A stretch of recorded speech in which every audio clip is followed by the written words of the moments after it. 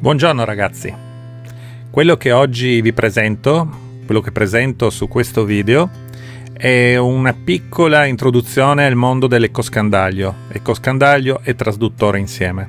Ho fatto questo piccolo video perché ho visto che tante persone si avvicinano a questo mondo per la prima volta e magari cercano informazioni un po' specifiche su come funziona, cosa si può fare, come si deve leggere l'ecoscandaglio in tutte le sue parti e non per ultimo anche come andare a fare i vari settaggi per farlo funzionare bene. Ma iniziamo con ordine. Oggi vedremo innanzitutto come funziona l'ecoscandaglio, proprio le basi semplici. Poi in altri video andremo a spiegare le funzioni più avanzate, tutto quello che dobbiamo sapere per riuscire a identificare i target, a regolarlo nel modo corretto e anche, perché no, scegliere lo strumento giusto che vada bene per la nostra tecnica di pesca.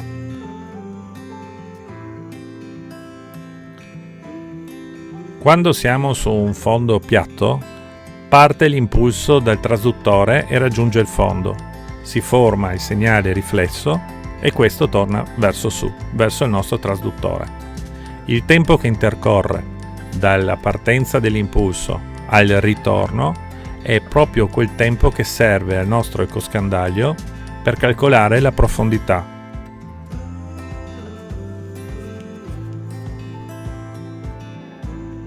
Ma come riesce l'ecoscandaglio a disegnare diversi colori? Ovviamente l'ecoscandaglio non funziona come i nostri occhi e non è in grado di riconoscere i colori, però legge diverse intensità del suono che è stato riflesso. A secondo del target o del bersaglio colpito dall'impulso ultrasonico, il nostro ecoscandaglio riceverà un impulso più o meno forte. E questo è il motivo per cui i pixel possono essere disegnati di diverso colore. Normalmente l'azzurro corrisponde a nessun segnale di ritorno, mentre il rosso acceso indica un impulso molto forte. I colori intermedi danno un'intensità media del nostro riflesso. Agendo sul gain siamo in grado di far variare questa scala, rendendo la stessa intensità di un impulso più o meno marcata. Ma per la funzione del gain preparerò un altro video per spiegare nel dettaglio come funziona e come è il modo giusto per regolarlo. Adesso andiamo a vedere come disegna il nostro ecoscandaglio sullo schermo.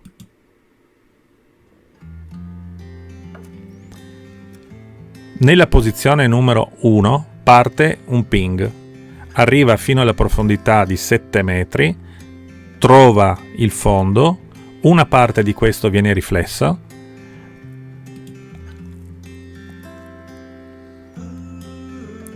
nel secondo impulso trova di nuovo il fondo a 7 metri e viene riflesso. Ecco disegnati già 4 pixel. Al terzo impulso siamo sempre alla stessa situazione. Al quarto impulso siamo nella stessa situazione.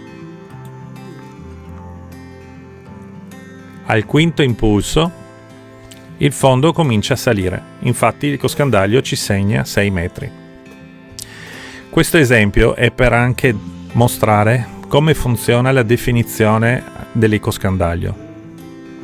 Noi abbiamo una frequenza di impulsi, che sono i numeri in alto, che è determinata fondamentalmente da due cose. Una è la profondità che stiamo leggendo ed è la parte orizzontale. Ovviamente più profondi andiamo, più tempo dobbiamo attendere per inviare l'impulso ultrasonico e attendere la risposta. Questo numero che si trova in orizzontale è un tempo quindi che può anche variare, varia in funzione della profondità.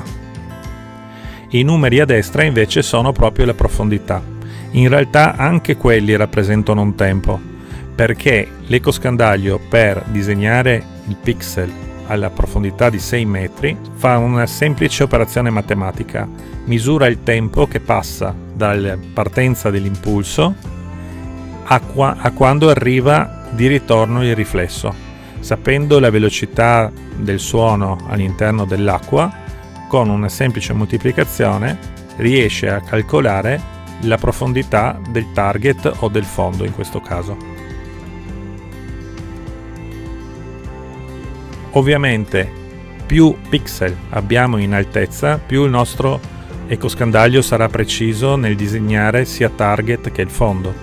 Più pixel abbiamo in orizzontale, più memoria avremo a disposizione e vedremo una parte di fondo più importante, ma riguarda semplicemente il tempo, quindi la memoria.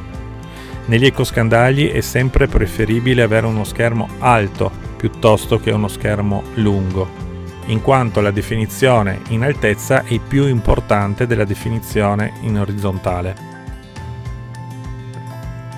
Qui siamo in una situazione classica, c'è una barca con sotto degli scogli, diciamo una secca. Vediamo come l'ecoscandaglio legge queste rocce e questa secca. Questo che vedete disegnato è il cono di irradiazione. Ogni sonda e ogni frequenza, ogni canale di ciascuna sonda ha un cono specifico.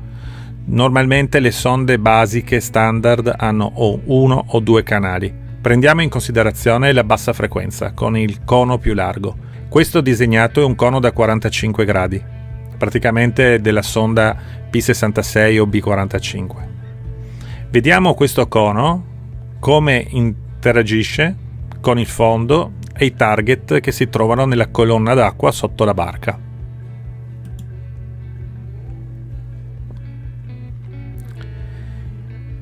Vediamo insieme come rappresenta il nostro ecoscandaglio l'impulso ultrasonico che viene lanciato.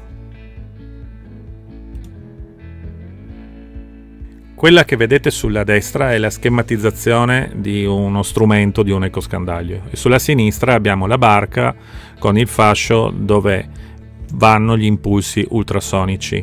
Ogni trasduttore può avere un cono più o meno aperto. Questo è un classico cono di un 600 watt con 45 gradi di angolo. Come vedete, l'impulso ultrasonico colpisce il fondo, la punta più alta delle rocce della secca, che si trovano a 10 metri, e inizia a disegnare la banda rossa, che si trova a destra. La banda rossa ha una dimensione di spessore che va dai 10 ai 14 metri, perché è tutta la zona di fondo che il nostro trasduttore illumina con gli impulsi ultrasonici. L'ecoscandaglio disegna ping per ping la banda rossa sullo schermo. Come vedete le frecce, in altezza viene disegnata la distanza che va dal trasduttore a tutto quello che trova il nostro impulso ultrasonico nell'acqua, e verso sinistra passa il tempo.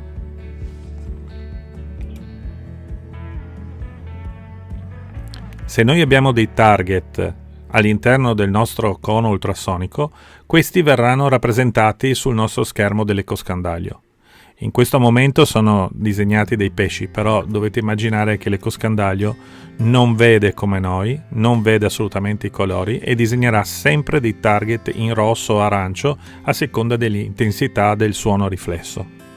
Come vedete, uno dei target è al di sotto rispetto al punto più alto che incontra il segnale ultrasonico.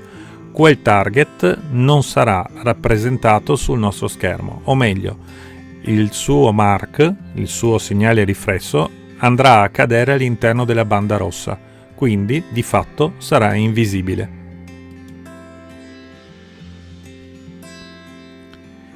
Esattamente, invisibile, e non c'è la possibilità di fare nulla per renderlo visibile.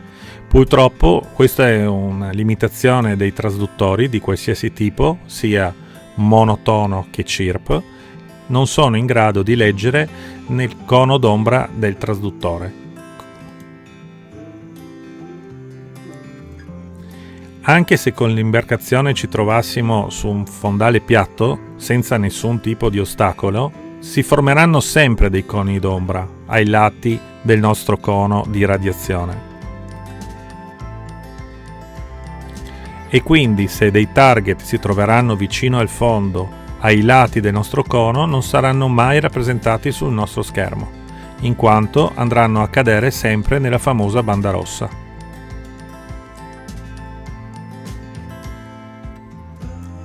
Se siamo vicini a una struttura importante, come potrebbe essere una banchina o una secca, la banda rossa diventerà molto più ampia.